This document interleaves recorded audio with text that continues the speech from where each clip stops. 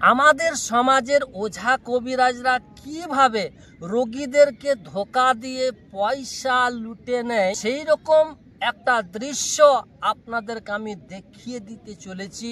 সেই সমস্ত ভণ্ড ওঝা কবিরাজদের পর্দা ফাঁস করে দিতে চলেছি আজকের এই ভিডিওটির মাধ্যমে। ভিডিওটি বানানোর আমার মকসদ উদ্দেশ্য ছিল না এই ডাঙ্গাতে বসে বসে একটু আড্ডা মারছিলাম আকিবুর রহমানের সাথে।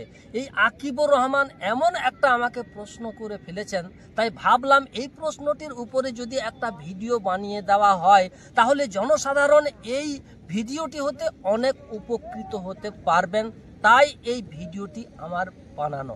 আকিবুর রহমান আমাকে প্রশ্ন করেছেন যে আমাদের সমাজের ওঝা কবিরাজরা জামা মেপে রোগ বলে দেন, যে রোগীটা জিনগ্রস্ত রোগী নাকি রোগীটা জাদুগ্রস্ত রোগী। তারা কিভাবে জামা মাপে এবং জামা মাপার সময় কিভাবে তারা ভণ্ডামুখ করে সেই দৃশ্যটা এখন আপনাদেরকে আমি দেখিয়ে দিচ্ছি। এই আকিবুর রহমান দেখেছেন একটা জ্যাকেট পরে রয়েছে, এই জ্যাকেটটার এখন প্রয়োজন। খোলো তো আকিবুর রহমান, এই জ্যাকেটটা দিয়েই আপনাদেরকে আমি দেখিয়ে দিচ্ছি। আপনারা দেখতে থাকুন, খুবই ভালো লাগবে এবং আপনারা সতর্ক হয়ে যেতে পারবেন, সাবধান হয়ে যেতে পারবেন। অন্যান্যদের কাছে এই ভিডিওটিকে আপনারা পৌঁছে দিন যাতে করে সকল মানুষেরা এই ভিডিওটি হতে কিছু শিক্ষা অর্জন করতে পারে। এই যে আকিবুর রহমানের এই জ্যাকেটটি, আমি আকিবুর রহমানকে বলবো এই জ্যাকেটটির এই জায়গাটি সবচাইতে শক্ত জায়গা, তাই এই জায়গাটিকে টান করে একটু ধরো।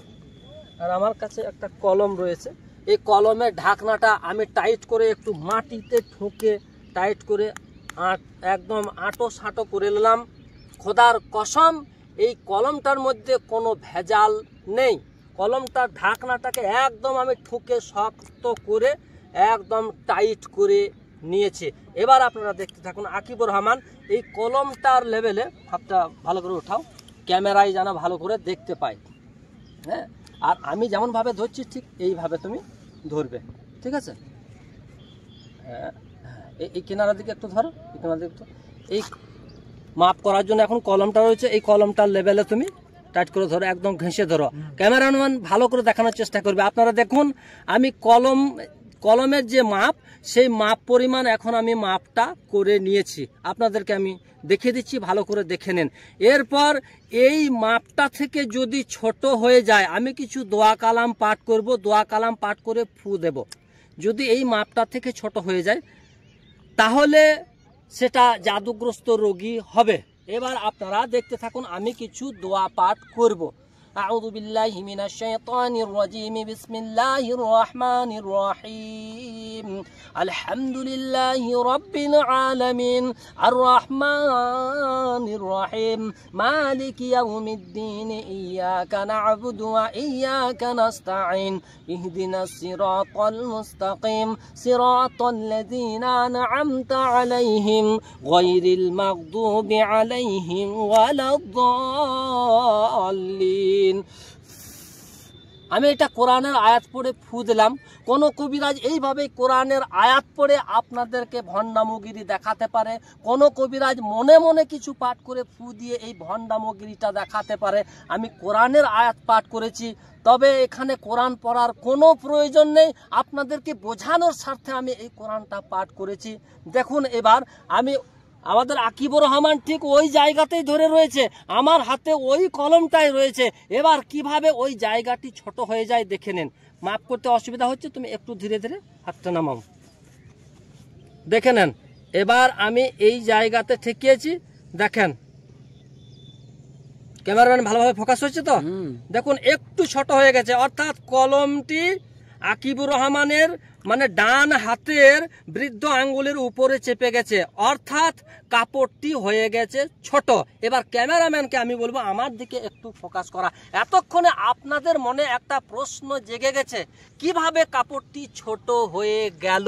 এই ছোট হয়ে যাওয়ার কারণটির পিছনে লুকিয়ে রয়েছে বৈজ্ঞানিক একটা রহস্য। সেই রহস্যটা কি এখন আপনাদেরকে আমি বুঝিয়ে দিচ্ছি। সেটা আকিবুর রহমানকে আবারও আমি বলবো ভালোভাবে, এই যে কলমটা আমি দিয়েছি এই কলম বরাবর কাপড়টিকে ভালোভাবে ধরো, বৃদ্ধ আঙ্গুলটিকে ঠেকাও। দেখেছেন এবার কিন্তু আমি কিচ্ছু পড়বো না, তবুও কিন্তু এই কাপড়টি ছোট হয়ে যাবে। দেখুন আমি কলমটা বের করে নিলাম, কলমটা আমার হাতেই রয়েছে, আমি কিচ্ছু পড়ছি না। আকিবুর রহমানকে বলবো ধীরে ধীরে হাতটা একটু নামাও। আকিবুর রহমান কিন্তু ধীরে ধীরে হাতটা একটু নামিয়েছে। এইবার আমি ওই জায়গাতেই কলমটি লাগাবো। দেখুন এবার কিন্তু ছোট হয়ে গেছে জামাটা। কারণটা হচ্ছে হাতটা যখন উপরে থাকবে তখন মাপটা থাকবে ঠিক, আর হাতটা যখন নিচে নেমে যাবে তখন অ্যাঙ্গেলটা একটু পরিবর্তন হয়ে যাবে, তখন আঙ্গুলের অ্যাঙ্গেলটা কিন্তু ভিতর দিকে চলে আসবে অটোমেটিক, না সরালেও। এটাই হচ্ছে মূল রহস্য।